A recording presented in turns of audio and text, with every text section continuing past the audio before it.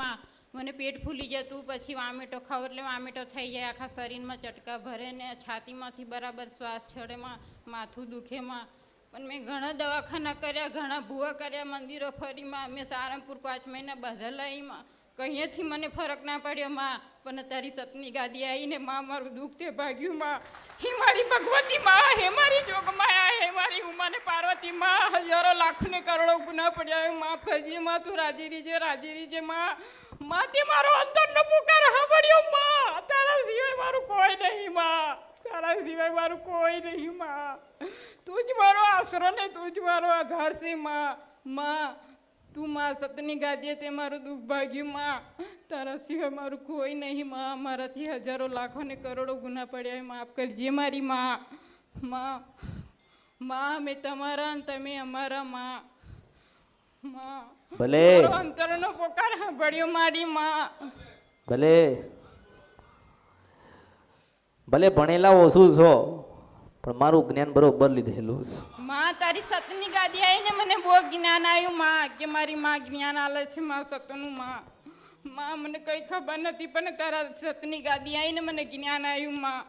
ભલે મારાથી કઈ ભૂલચૂક થતી હોય તો માફ કરજે માં, અને મારા ઘરમાં જે પણ દેવ દુઃખ હોય માં, અને માં કંઈક ભૂલો ગુના પડ્યા હોય તો માં તમે મને માર્ગ બતાવજો, રસ્તો બતાવજો મારી માં. હું કંઈક નાની વાત કરું એમાં ખબર પડશે. હે એક નાની વાત કરીશ એમાં તમારે સમજવાનું બધા ભૂવા કર્યા, બધે મંદિરે ગઈ, હું સારંગપુરથી 5 મહિના બધાઈ લઈ અને દવાખાના કર્યામાં. કષ્ટભંજન હનુમાન દાદાની મેં તારા પર શ્રદ્ધા વિશ્વાસ ને ભાવથી મેં તને દરરોજ પ્રાર્થના કરતી હતી માં. હું પ્રસાદ ખાઉં ને તો માં હું તને પ્રાર્થના કરું કે મારા જે પેટમાં તકલીફ છે ને તું મટાડી દીજે, તો મેં તે મારી મટાડી માં, તે મારું દુઃખ મટાડી દીધું માં.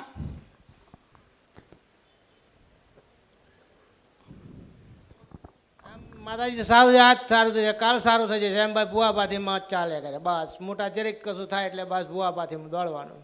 ચાલીને અત્યારે સુધી 5 વર્ષથી આ પરિક્રમા ચાલીએ છીએ. કે તમારા બધાથી ભૂલ થઈ, તમને એવું કંઈક લાગે છે?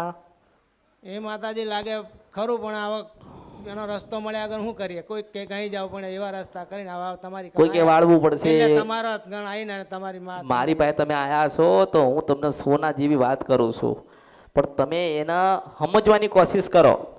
મારું તમને એવું કહેવાનું થાય, વસ્તુ તું સમજ, જ્ઞાન લે, મગજ દોડાય થોડો, કે તું અહીં બેઠ્યો છે, તને આ જગ્યા ગમે છે, અને આ બધા ઊભા થઈને તને બહાર નાખી આવે તો તું શું કરે? આ લોકોને લડે ને. હવે માતાજી હોય ને એ તમારા જેમ તલવારો ને ધોકા ને એવું લઈને ના આવે, એ પછી અલગ અલગ રૂપ લઈને બધાના મગજ ગાંડા કરી નાખે.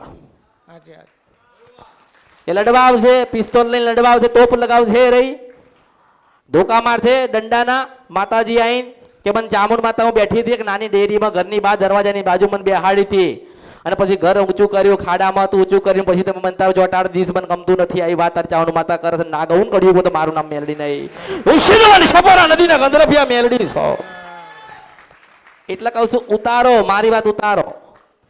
એમ તારી તને પૂછવું પડે ને, તને પૂછવું પડે કે તને અહીંથી અહીં લઈ જવો, તને પૂછવું પડે ને. માનો કે અહીં તારે આવું તું તો તને આ લોકોએ કીધું ને કે આપણે જવાનું છે આવી રીતે, તમે હેડો. પછી તને એમ થયું કે સારું જઈએ, માતાજી કંઈક બતાવો તો સારું. પછી તમે આયા ને, તારી ઈચ્છા વિરુદ્ધ તને અહીં લઈને આવે, તારું મન ના હોય તો તું કંઈક 2 શબ્દ સારું બોલી શકે ખરી? ના બોલી શકે ને. તો આપણે ચાવણ માતાને પૂછ્યું કે માતાજી અહીંથી અમે તમને ઘરમાં લઈ જઈએ છીએ, અને ખાડાવાળા ઘરમાં ઊંચું કરીને તમને બેહાડીએ છીએ, તમને ગમશે? તમે એવું પૂછ્યું? નહીં પૂછ્યું. પહેલા તમારા દેવને તમે હરખું કરો, તમારા ગુના તમે સુધારી લો, તમારી ભૂલો તમે યાદ કરી લો, અને તમે તમારે જે કર્મ કર્યા ને એને સુધારો ને, તો દુનિયાની દિવાલવાળી પેલી દિવાલ બનાવી ને, પેલા ઘર આપણું બનતું હતું ને, તો બાજુમાં દિવાલ બની તો દિવાલ વાળો લડવા આવ્યો હતો.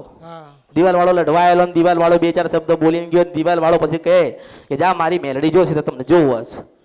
પણ આપણે ચાવણ માતા બેઠી હોય તો એની મેલડી આવે કોઈ દાડો? આવે કોઈ દાડો? ના આવે. પેલા શું સુધારવાનું થાય? આપણું સુધારો, આપણું પેલા સુધારો. હું તમને એમ કહું છું, તમારી માં એક જ વાત કરે છે કે મને પૂછ્યા વગર તમે અહીંથી અહીં મારું કર્યું, એને મને ગમ્યું નથી. હા મારે રસ્તો બતાવો કઈ. અરે રે, અરે આ જ તકલીફ છે આ લોકોની. હમણાં કીધું હોય ને કે 20,000 રૂપિયા થશે અને મૂળો બાંધીને આલું છો અને આ પછી છેલ્લે 6 મહિના પછી તું આવજે અને આ મૂળામાં આપણે માતાને વિદાય કરી દઈશું, તો હા પાડીને એમાં સમજી જાત. આવો અમને શું કરવાનું એમ સમજણ પડતી નહીં માં. આટલી બધી વાત કરી ના તો કે સમજણ પડતી નથી, તો શું કાગળ લખવાનો મારે એના નામનો?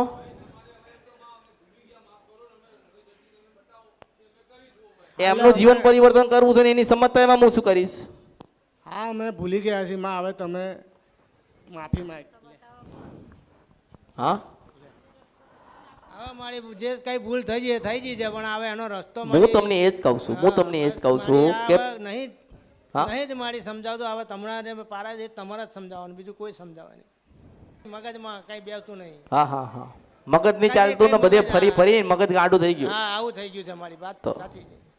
અને આ જે મારી આ ચામુંડા માતાનો જે અમારે છે મળ, એને હવે અમારે ગમે તેનો રસ્તો મળવો જોઈએ. માફી માફી માફી. માફી માંગુ છું. મંગળવારનો ઉપવાસ તું 1 કિલોમીટર રહેતો હોય કે 10 કિલોમીટર રહેતો હોય, ચામુંડ માતાને જ્યાં બેહાડી છે હા ત્યાં આખા પરિવારે ઉપવાસ કરવાનો મંગળવારનો. સાંજે 7 વાગે સુખડીને શ્રીફળ ધરાવવાનો અને એટલું કહેવાનું કે માં અમે ભૂલા પડ્યા હતા, અમે તારું ખોટું કર્યું, અમે તને પૂછવા ના રહ્યા, તું તારી જગ્યાએ બેઠી હતી પણ અમારે બહારથી અંદર લાવવું તું એટલે અમે અમારા માટે કર્યું આ, અને અમારા માટે અમને પોહાય ને અમને તકલીફ ના પડે ને એટલે માં અમે કર્યું, અમે તને પૂછ્યું નહીં એટલે માતાજી તમને ગમ્યું નહીં.